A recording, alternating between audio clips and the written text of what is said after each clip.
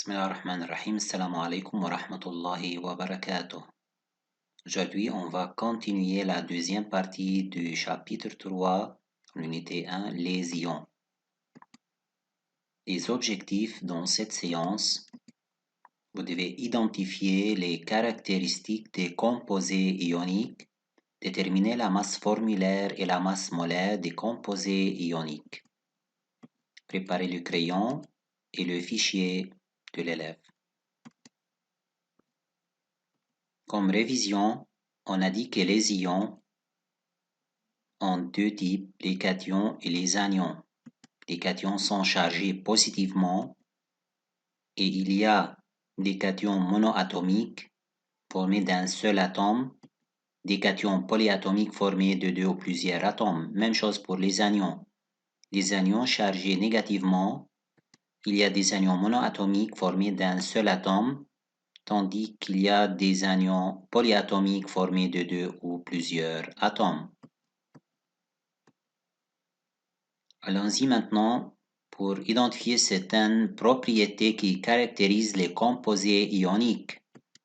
Qu'est-ce qui caractérise les composés ioniques? Les composés ioniques possèdent des structures cristallines.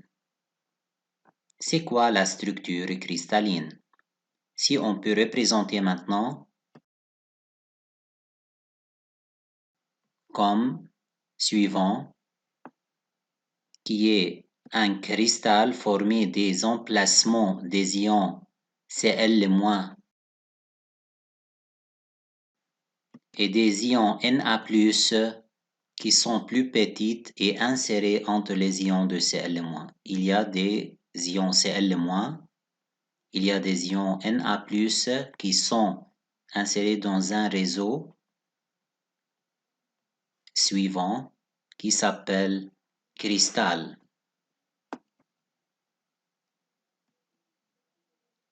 Il y a une force très grande qui attire les ions Na+, et Cl-, et il faut une grande énergie pour briser la liaison ionique qui se trouve entre n'importe quel composé ionique. Comme exemple, entre Cl- et Na+, il y a une grande force et la liaison ionique rend le cristal ionique, c'est le cristal ionique, dur et difficile à fondre.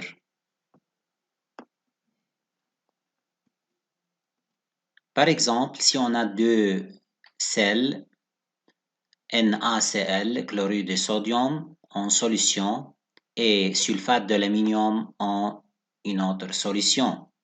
À l'échelle microscopique, on peut identifier des ions Na+, Cl- dans le solvant qui est l'eau, tandis que dans le deuxième bécher, on peut identifier la présence des ions sulfate et des ions aluminium dans le solvant qui est l'eau. Comment on écrit l'équation d'ionisation de chaque sel?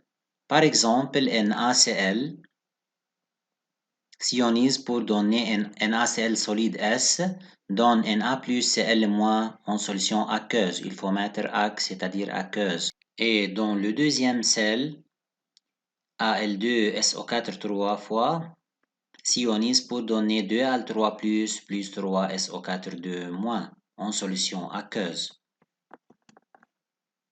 Donc, le composé ionique se dissocie en ion lorsqu'il est dissous dans l'eau, comme vous avez observé. Et le nombre total de charges positives est égal au nombre de charges négatives.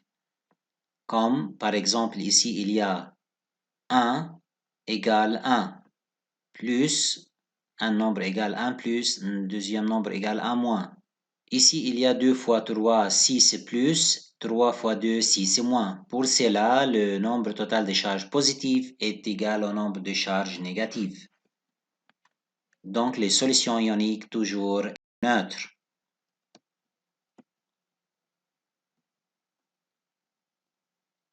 Une autre propriété qui caractérise les composés ioniques, considérons par exemple ce montage-là. Dans un bécher, il y a deux électrodes avec une lampe et fil de connexion. Si on met de l'eau distillée dans le bêcher avec le générateur qui donne ou bien produit des courants continus, la lampe ne s'allume pas. Donc l'eau distillée ne conduit pas le courant électrique. L'eau distillée est un non-électrolyte, c'est-à-dire ne laisse pas passer le courant électrique, ne conduit pas le courant électrique. Mais si on ajoute par exemple un composé ionique comme le sel, une petite quantité, la lampe s'allume directement. Donc, si on met le sel dans l'eau distillée, la lampe s'allume. Pourquoi la lampe s'allume?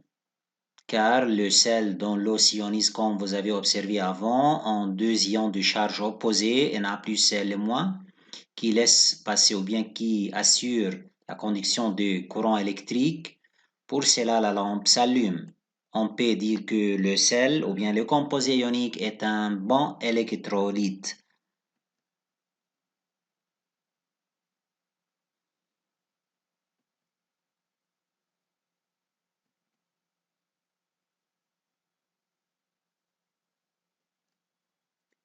Des propriétés qui caractérisent les composés ioniques sont les couleurs qui identifient certains ions. Par exemple, il y a des ions sont incolores comme les ions sodium, potassium, Cl-, NO3-. Ce sont deux ions, bien ce sont des ions incolores.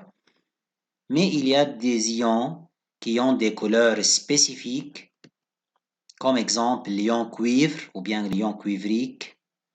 Cu2+ a une couleur bleue.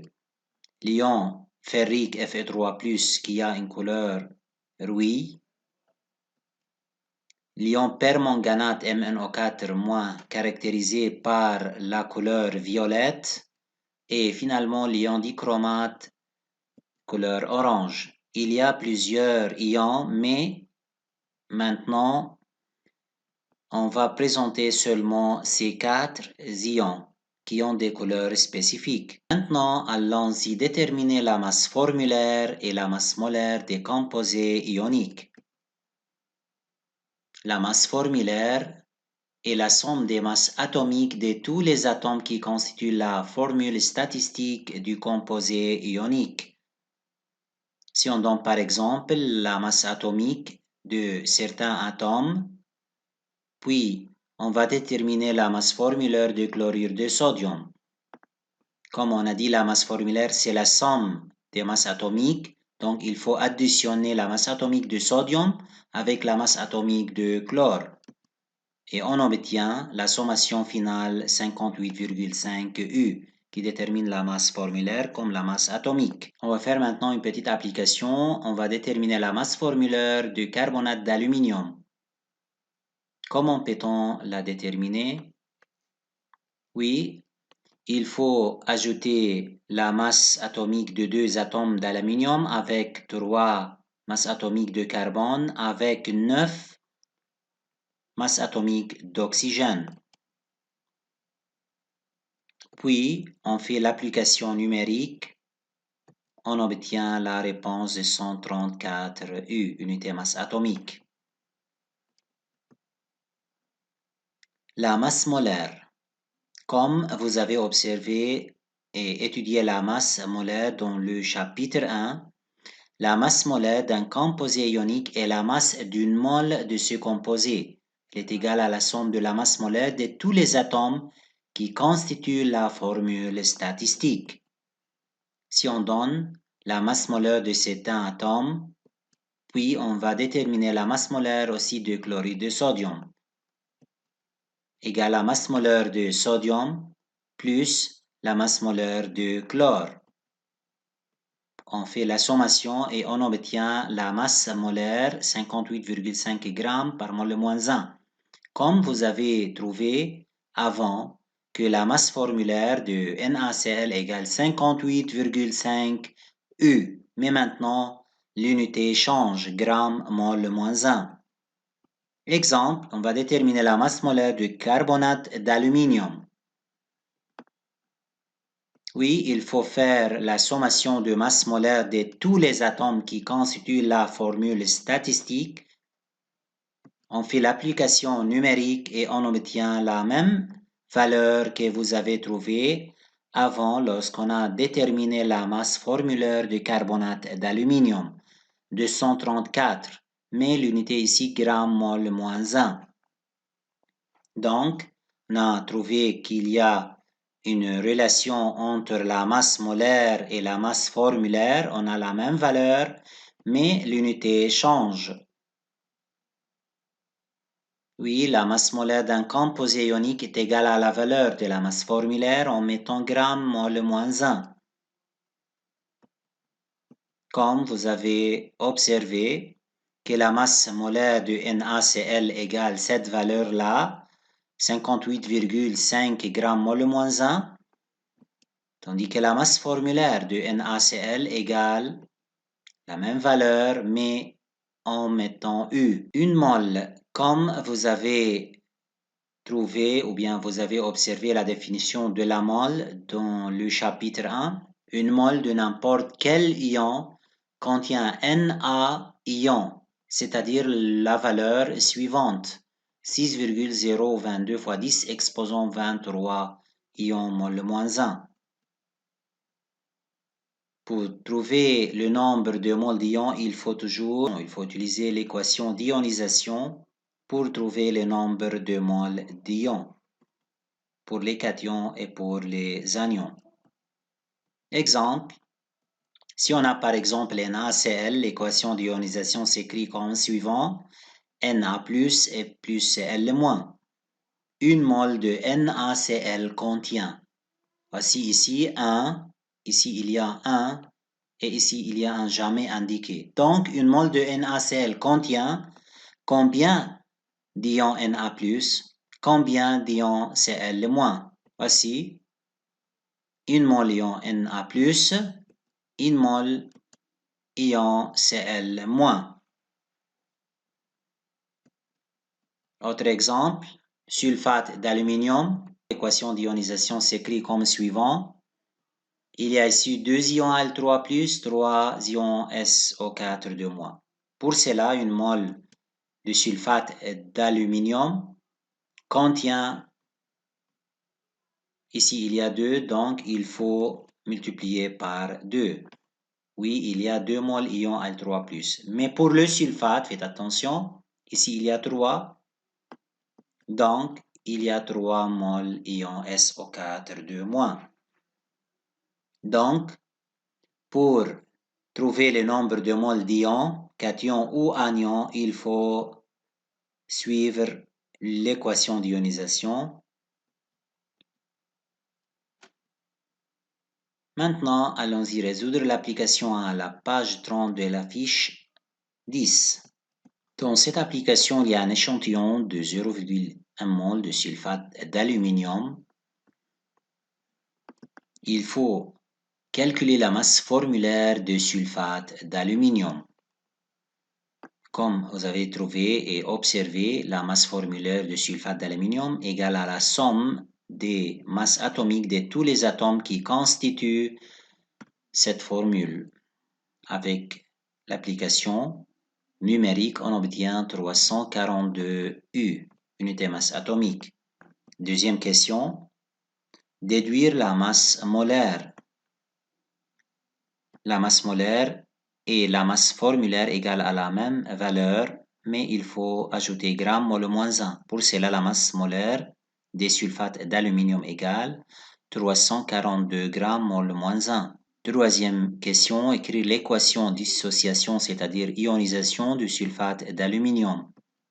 Al2SO4 3 fois s'ionise en donnant 2 ions Al3 plus 2 fois avec sulfate 3 fois. Il y a 2 ions aluminium, 3 ions sulfate. Maintenant, il faut déterminer le nombre de moles de chaque ion. Observez, une mole Al2SO4 3 fois contient 2 moles Al3+, 0,1 mol contient X. Donc, il faut multiplier 0,1 fois 2, ça fait 0,2 mol ion Al3+. Même chose pour le deuxième ion sulfate. Une mole contient 3 moles SO4 2-, 0 mole contient Y par exemple. Il faut multiplier 3 fois 0,1 et la réponse est la suivante, 0,3 mol des ions SO4 2-. Déduire le nombre de chaque ion, le nombre c'est-à-dire N majuscule de chaque ion, en appliquant la règle suivante, nombre de moles égale N sur Na.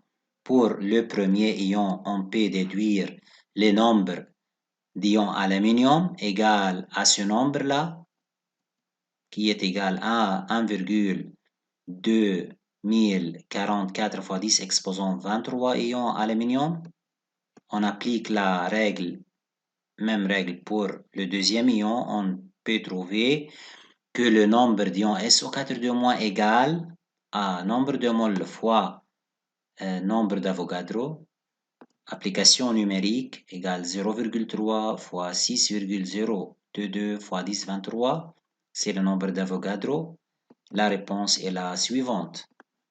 Donc, on a déduit le nombre de chaque ion en appliquant la règle que vous avez étudiée dans le chapitre 1.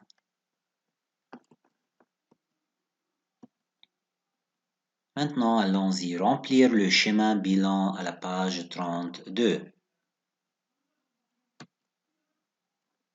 La matière se divise en deux grandes parties, substance pure, mélange. Substances pures peuvent être simples ou composées.